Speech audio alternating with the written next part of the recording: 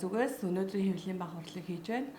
За тэгээд Монгол улсын нийслэл Улаанбаатар хотноо 2025 оны 10 сарын 24-ний өдрөөс 11 сарын 2-ны өдрийн хооронд 19 дахь удаагийн сурагчдын Аз тивийн аврах шалгаруулах тэмцээн зохион байгуулагдах гэж байна. Тус тэмцээнд одоо Аз тивийн 16 орноос 700 орчим өсвөрийн шилдэг шатарчид оролцохоор мэдүүлгээ өгсөн байна. Тэмцээн маань Улаанбаатар зочд буудлын их танхимд зохион байгуулагдана. Манай тэмцээний ерөнхий шүүгчээр Иран улсын олон улсын шүүгч ажиллаж байгаа. Мөн гадаадаас маш олон шүүгчнэр ажиллаж байна. Нийт 30 орчим шүүгчдийн бүрэлдэхүүнтэй өргөн цар хүрээтэй тэмцээн болох гэж байна. Монголын шатрын холбоо бол шатрын спортыг үндэсний хэмжээнд хөгжүүлэх зорилготойгоор манай баг хамт олон холбоо маань ажиллаж байгаа. Одоогоор Монголын шатрын холбоо болон Монгол улс Аз тивийн орнуудад эхний 10-т багтаж одоо шилдэг 10 орны тоонд ордог.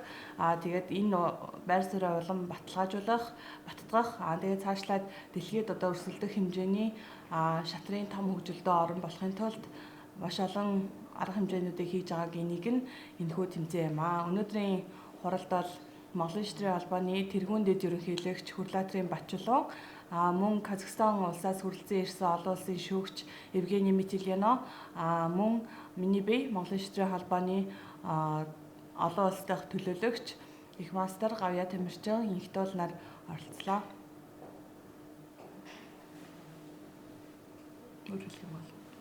Асуух юм байна уу?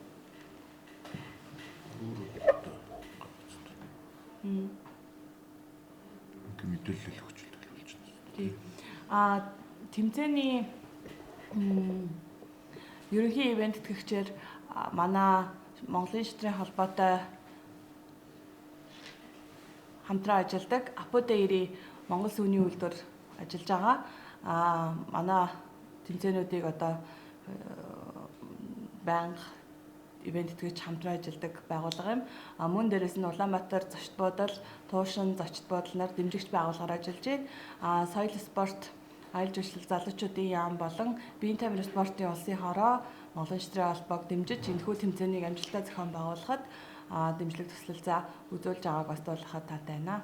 За Монгол улсад одоо шатрын спорт, орчин үеийн шатрын спорт үүсч хөгжөөд одоо үндсэндээ 1930-аад оны үеэс эхэлж ингээд хөгжсөн. Тэгээд 2000-аад он гараад 2007 оноос бол эрчимтэй хөгжиж манай өсвөрийн шатарчид бол төв дэлхийд маш их амжилт үзүүлж байгаа. Тэгээд монгол хүн өөрөө угаасаа бид нар одоо уламжлал нь бол монгол шатар гэж одоо өнөөдөр дэлхийн нийтэд тоглож байгаа шатраас бас арай өөр дүрмтэй, арай өөр одоо үндэсний ёс заншил, ахуй амьдралтай холбогдсон, тэрнтэйгээ дассан, нийт зохицсон тийм монгол шатар гэдгээр бид нар бол одоо мянган жил тоглож ирсэн.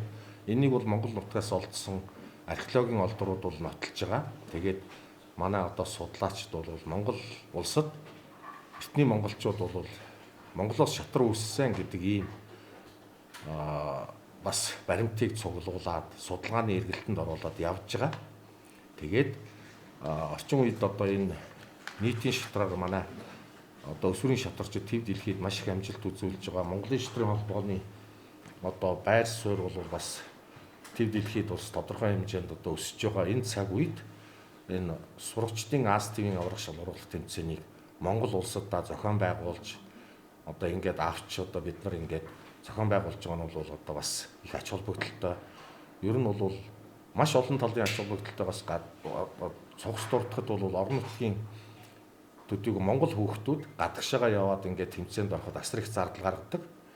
Тэр зардлыг бол бараг 70% хэмнэж байгаа. Ийм одоо ач холбогдолтой. Жишээлбэл тэмцээнд оролцож байгаа нийт хүүхдийн одоо бараг 60-70% нь монголчууд байгаа нь бол өөрөө энэ тэмцээнийг Монгол улсад одоо авах нь одоо их ач холбогдолтой байна гэдгийг харуулж байгаа. Жишээлбэл би бол одоо өөрөө Хинтээ аймагт амьдардаг хүн. Манай аймагаас ихэд одоо 22 хүүхэд ирж орж байна. Тэгээ нэг хүүхдийн зардлыг ч гэсэн хөдөөний улсууд чинь хамжид дэмжиж явуулахад маш хэцүү байдаг. Ингээд одоо нутаг орондоо болж байгаа, улс орондоо болж байгаа тэмцээнд бол ингэж олуулаа орж, туршлага судлаж, одоо чадваржиж байгаа ийм ач холбогдолтой байгаа юм. За ингээд энэ цаг үед манай шатрын холбоо бол бас бүтэц зохион байгуулалтын хувьд модон бол бид нар шин дүрмээ баталсан. Ингээд шинжлэлийн одоо бас нэг ийм одоо сайхан цаг үе дээр ирээд байгаа та энэ тэмцээн маань ингээд давхцаж байгаа гэдэг бас бид нар бол одоо өндөр ач холбогдол өгч байгаа. За тэмцээн маань бол охид өвгүүдийн ангиллаар нийт 6 насны ангиллаар болно. 7, 9, 11, 13 хүртэл 15, 17 хүртэл гэсэн ангиллаар болно. За тэгээд энэ тэмцээнд бол Монгол улсын өнцөг болон бүрээс 21 аймагаас оролцож байгаа. Тэмцээн маань эхний 3 байрч шалгарсан шатарчид бол шууд Дэлхийн шатрын холбооны мастер буюу FIDE мастер хүртэлх цол авах боломжтой байгаа. Тэрүүгээрээ бол энэ тэмцээн бас өсвөрийн шатарчдын тэмцээнүүд дундаа зэрэглэл өндөрт тооцогддог. Энэ тэмцээнд одоо эхний 3 байр эзэлсэн өсвөрийн шатарчд маань эрхжил болох Азийн сурагчдын аврах шалгуурлах тэмцээнд оролцох эрхийг бас авахаараа онцлог болж байгаа. Ер нь бол Аз ТV-ийн аврах шалгуурлах тэмцээнд энэтхэг улсаас бүгд найрамдах хятад улсаас оролцох нь маш чухал байдаг. Яагаад тэгэхээр дэлхийн номер 1 2-т одоо жагсаж байгаа хоёр орн бол энэтхэг хятад тэгээ дээрэс нь Орос байгаа. Орос бол номер 1 жагсдаг.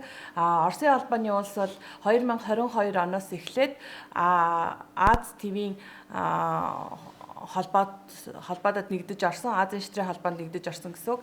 Тэгэхээр одоо энэ удаагийн сурагчдын Аз ТV-ийн аврах шалгуурлах тэмцээнд маань Оросын албаны улсын шатарчид оролцож байгаа. Энэ нь өөрөө тэмцээнийг маш их одоо өрсөлдөөнтэй болгож байгаа гэсэн үг. Оросын албаны улсаас жишээлбэл нийт 65 төлөөлөгч нар ирсэн байна. Хятадаас бас хүмүүс ирж байгаа, тамирчид ирж байгаа, Индикээс ирж байгаа, Вьетнамаас бас ирж байгаа, Азийн шилдэг 10 орноос бүгднгээс хүмүүс ирж байгаа. Одоо холоос гэх юм бол одоо Австралиас, Шинэ Зеландаас хүртэл одоо шатарчид ирж оролцож байгаа. Мөн энэ утгаараа бид нэр энэ тэмцээнээр дамжуулан 2000 түүнийг гадаад дотоодын 2000 түүнийг эцэгтэй өсвөрийн шатарчдыг хүлээж авч байна. Энэ нь бол Монгол улсын эдийн засагт маш том одоо хөрөнгө оруулалт, хувь нэмэр оруулж байгаа гэдэгт бид нэр итгэлтэй байгаа. Энэ тэмцээний 9 хоногийн хугацаанд. Энэ тэмцээний эрхийг бол Азийн шатрын холбооноос эрхийг олгодог.